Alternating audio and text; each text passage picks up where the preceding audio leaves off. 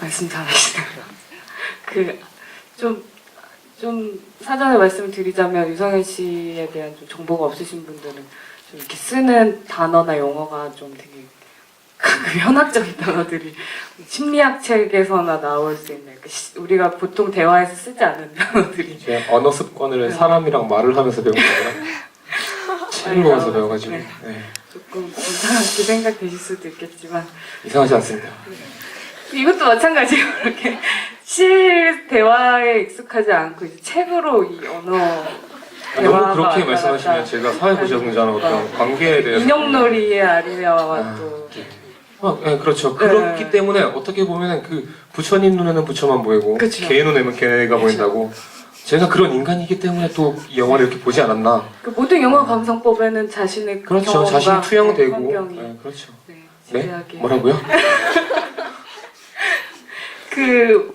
맨 처음에 성현 씨가 얘기했을 때 그 생각난 게 지금 영화가 약간 뭐 이렇게 하이라이트가 마지막에 있어서 거기서 뭔가 카타르시스를 느낀다던가 그런 영화가 아니라고 느끼셨다고 하셨잖아요. 근데 저 역시도 마찬가지고. 근데 여기서 다시 또 아까 했던 얘기로 잠깐 돌아가자면 이게 아시아 아르젠토가 여성이기 때문일 수도 있을 거라고 생각해요. 그래서 성현 씨랑 저랑 전에 좀 이렇게 영화에 대해서 좀 이렇게 메시지로 얘기를 할 때는 지금 15세 이상 관람가인데 지금 뭐 그 정도 얘기는 해도 되지 않을까요? 괜찮을까요? 네. 굉장히 네. 남녀가 이제 성관계를 할 때 오르가즘을 느끼는 그 방식에 대해서 이야기를 했어요. 그러니까 남자는 좀 절정을 향해서 이제 달려가다가 그 마지막에 이렇게 빵 하는 저는 잘 모르겠어요. 네, 뭐라고요? 여성 같은 경우는 그게 이제 좀 계속 지속적이고 좀 이제 이거 어떻게 표현을 해야 될지 모르겠네요.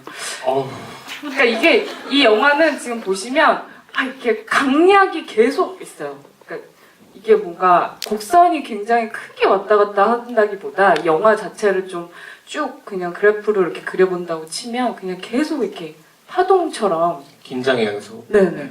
뭔가 좀 위험한 장면이 나와서 좀 불편해지려고 하면 또 막 알록달록하고 뭐 막 신나는 음악 나오고 막 해소가 없죠 사실. 계속 왔다 갔다 이렇게 하다가 또 끝나니까 이런 또 영화 기법에 또 익숙하지 않으신 분들은 이거 뭐야? 막 이러시는 분들도 계실 거고 또 그래서 좋아하시는 분들도 계실 거라 생각이 들었어요. 그리고 뭐 작년에 부산국제영화제에서 이 영화가 공식 초청이 됐기 때문에 그 아시아 아르젠토 감독이 한국에 방한을 하기도 했었고 이 영화에 대해서 좀 인터뷰를 한 자료들을 봤더니 그 아시아 아르젠토는 분명히 이제 자신과 이 영화에 대한 이제 연관성을 좀 굉장히 연관시키지 말아 달라는 경계 이야기를 확고히 하더라고요. 하지만 그렇게 안 볼 수가 없는 영화예요, 사실.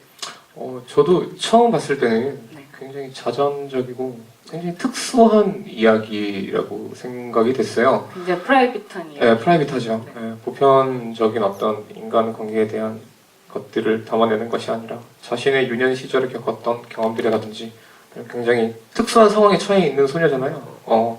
부모가 모두 유명인이고 또 형제들이라고 있는 이제 자매라고 그러죠. 네, 자매들 같은 경우에도 아버지의 딸, 엄마의 딸, 그리고 자신은 아버지와 엄마의 딸. 이런 굉장히 특수한 상황에 있는 한 소녀의 이야기라는 생각이 들어서 굉장히 특수하고 또 보편적이지 않은 내적인 이야기를 하고 있는 영화구나 라는 생각이 들었었는데 오늘 한번 다시 보니 약간 그 정말 관계에 대한 절망이라고 해야 될까요? 네. 절망이요? 네, 그렇죠. 절대로 이제 닿을 수가 없는 거예요. 왜냐면은 사람으로 안 보니까 사람을 안 봐요, 얘가. 네. 진짜 저 오늘 보면서 느낀 게 아이아가 딴 사람을 안 봐요. 네.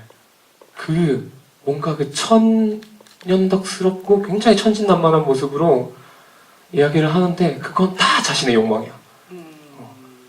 무서운 아이. 그렇죠. 아빠한테도 막 아까 굉장히 보면서 소름 돋았던 장면이 뭐냐면은 아빠가 이제 딱 집에 오잖아요. 문 뒤에 숨어가지고 내가 선물을 준비했는데 먼저 한번 맞춰봐 하면서 굉장히 자신은 막 즐거워하면서 얘기를 하는데 누가 좋아하겠어요, 솔직히. 예. 항상 그게 다 그런 식이에요.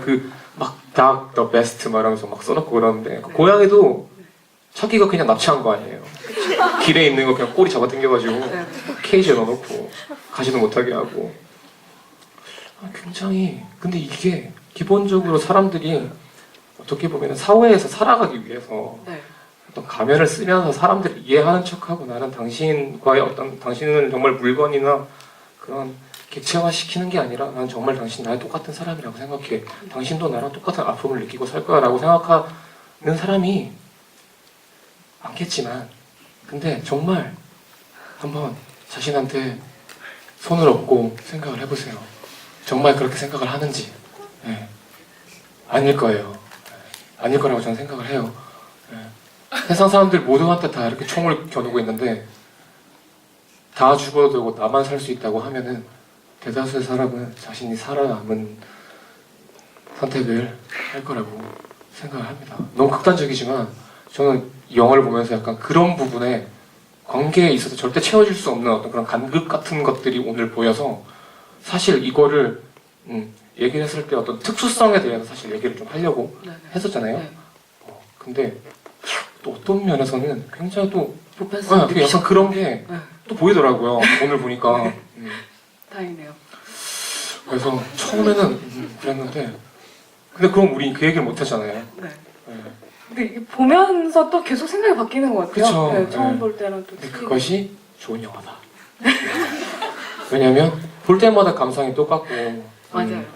그냥 뭐 그 말하는 게 뻔하고 이러면은 사실 한 번 이상 볼 필요도 없는 것 같고 물론 한 번 이상 봐야 다른 말하는 말을 볼 수 있겠지만 굉장히 모순적인 말인데요. 여튼 굉장히 다른 게 느껴져서 저는 되게 다행이네요. 신성한 경험이었습니다. 네. 저는 성현 씨가 그 여성 감독이고 또 그 아시아 아르젠토 감독 자체의 삶이 좀 노멀한 삶은 아니잖아요. 일단 굉장히 이탈리아에서 진짜 제일 유명한 호러의 거장인 아버지와 배우인 어머니와 9살 때 데뷔를 해서 영화를 찍으면서 지금 이제 75년생인데 40이 이제 된 그런 여성이 만든 영화가 아무리 어린 아이에 대한